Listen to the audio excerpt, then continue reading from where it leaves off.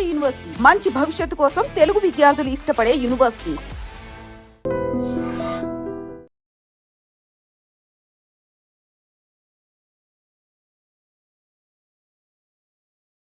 వచ్చేసిన కార్డిలియో cruise ship మరి కాసేపట్లో ప్రారంభం కాబోతోంది.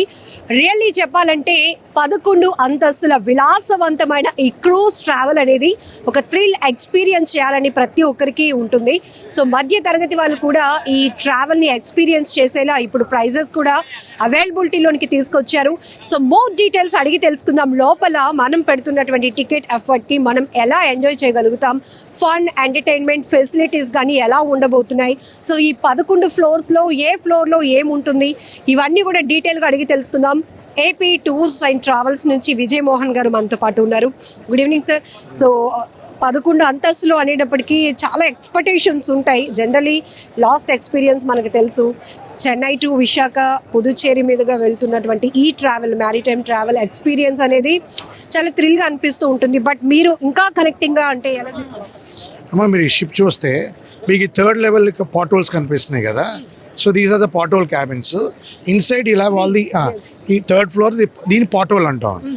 పై నెక్స్ట్ వచ్చి 4, 5, 6, 7 ఆర్ ఆల్ విండోస్. ఆ పైన అనేది ఆల్ బాల్కనీ క్లాస్. సో లోపల ఉన్నాయని we call them the inside state rooms. So ఈ షిప్ ఏంటంటే బేసిక్గా it's got about 796 cabins, takes about 1800 passengers. And మనకి ఇన్సైడ్ స్టేట్ రూమ్స్ ఒక 400 ఉన్నాయమ్మా. 311 ఏమో ఈ విండో రూమ్స్ ఉన్నాయి. 63 క్యాబిన్ క్లాస్ ఉన్నాయి, అంటే balcony class, 5 sweets, 1 chairman room. ఇది ఈ షిప్ ఒక కాన్ఫిగరేషన్ అమ్మా. సో మనకి అవుట్లుక్లో కనిపిస్తున్న ఇవి ఏంటంటే అవి ఇవన్నీ ఏంటంటే in case you have an emergency ship ఏదంటే these ships will be unloaded and passengers will be loaded on to that. I mean only in case of any critical situation. So పిల్లల వరకు వస్తే ఇప్పుడు ఫ్యామిలీ అందరూ కూడా ఈ cruise ship ట్రావెల్ని experience చేయాలనుకుంటున్నారు. పిల్లల వరకు వస్తే ఎలాంటి ఎంటర్టైన్మెంట్ మా పిల్లలకి దే హ్యావ్ లాట్. ఇప్పుడు there is back ship behind there is something అలా రాక్ క్లైంబింగ్ లాగా, అంటే there is climbing area for people can climb. Inside మనం వెళ్తే lot of indoor games which will, అంటే జనరల్గా even for kids from 2 years to 14 years there's a lot of activities that they built on. So there are a lot of activities, Amma. When we come back to adults, there's casinos. Then there's 6 bars. The most exciting thing is all they have 6 bars and restaurants are 3 restaurants. 2 are buffet type and one is basically a specialty restaurant where Jain meals gani, alanti any specialty meal they get a chance to akkada tintaru ammallu. So first experience చేసిన వాళ్ళలో మీరు feedback కూడా తీసుకున్నప్పుడు ఎందుకు అంటే ఈ cruise ఒక experience చేయడానికి ఎందుకు ఇంట్రెస్ట్ చూపిస్తారు? ఫుడ్, ఎంటర్టైన్మెంట్, క్యాసినోనా? ఇది బ్లెండ్ ఆఫ్ ఎవ్రీథింగ్ అబ్బా. There is casino, there is alcohol, there is a theatre. Is the high priority. Generally అంటే లాట్ ఆఫ్ యాక్టివిటీస్. ఇప్పుడు వాళ్ళకి థియేటర్ ఉందమ్మా, 868 కెపాసిటీ ఒక థియేటర్ ఉంది. They run 3 shows and they also have a midnight show. It's only for adults. So 868 into 3 shows, మీ 2 daysలో everybody have an opportunity to go see a theatre show. 2 shows అవుతూ ఉంటాయి. అలాగే ఇవాళ రేపు సో విజిబుల్గా everybody on the cruise 1600, 1700 passengers వీళ్ళు ఆ షోస్ 2 చూడగలరు వాళ్ళు. అండ్ ఇంకోటి ఏంటంటే on top of the ship పైన ఉన్నది మనకి ఒక స్లీపింగ్ డెక్స్ లాగా, అంటే స్లీపింగ్ బెడ్స్ లాగా ఉంటాయి. సో జనరల్గా ఒక ఫ్యామిలీ, ఒక wife and husband, it is an excellent way to bond అమ్మా. అంటే వాళ్ళ వరకే. So they can sit, they can do, వాళ్ళు కూర్చొని స్కై చూస్తా. అండ్ దెన్ స్విమ్మింగ్ పూల్ ఉంది. దెన్ పిల్లలకి there is a child pool and there is also jacuzzi pool.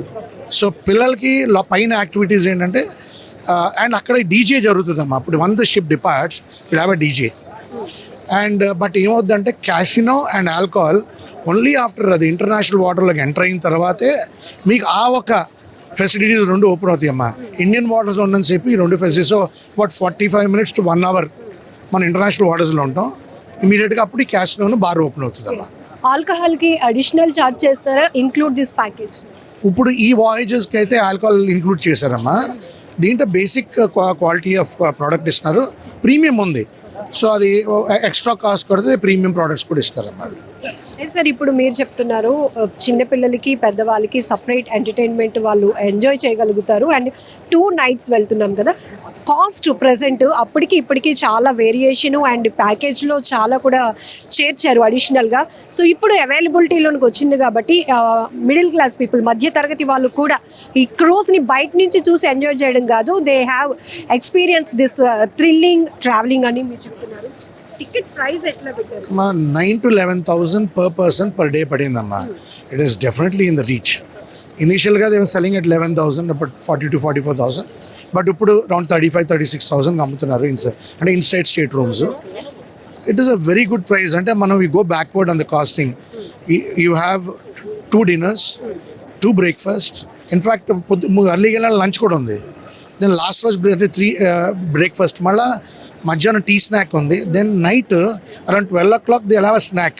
Usually ఏంటంటే ఇది చాలామంది kids they will be waiting for that midnight thing.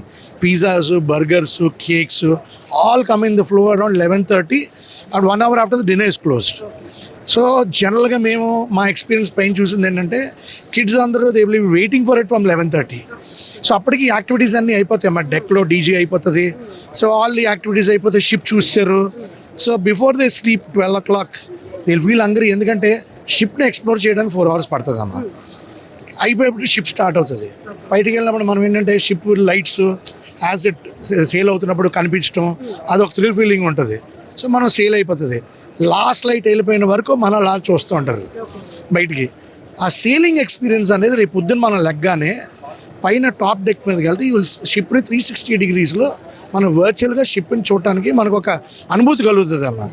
Second ఏంటంటే the ship ఏదో స్మాల్గా ఏదో ఇలా టాస్ అవుతుంది, ఇలా ఎగురుతుంది, పడుతుంది ఏమో. దీస్ ఆర్ ఆల్ ఇవన్నీ యాంటీబాయింట్ షిప్స్.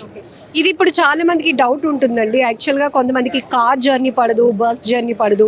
సో ఇప్పుడు సీ పైన ట్రావెల్ అంటే ఎట్లా వెదర్ కండిషన్ మనం అలవాటు పడతామా ఏంటి అనేది దానిపైన దిస్ ఇస్ అన్ యాంటీబాయింట్ క్రూజ్ అమ్మా. యాంటీబాయింట్ క్రూజ్ ఏంటంటే కింద పార్ట్ అది తీసుకుంటుంది బాయిన్సీ, పై పార్ట్ అంతా స్టడీగా వెళ్తుంది. సో ఇది ఆల్ లగ్జరీ క్రూజ్ అయినా it's an old cruise line no doubt. But ఇప్పుడు వచ్చినాయి ఏంటంటే 5,000, 6,000, 6,500 కెపాసిటీ వచ్చింది. ఇది ఒక 1,800. బట్ ఇండియన్ వాటర్స్కి ఇది ఒక అంటే మన ఒక క్రూజ్ మార్కెట్ మెచ్యూర్ అవ్వడానికి ఇది ఒక మంచి క్రూజ్ అమ్మ. ఇది ఒక మంచి అవకాశం. మనకి ఎప్పుడైతే ఈ క్రూజ్ హాలిడేయింగ్ అనేది మనకు అలవాటు అవుతే ఆటోమేటిక్గా ఫ్యూచర్లో క్రూజ్ టూరిజం అనేది చాలా విపరీతంగా పెరుగుతుందమ్మా.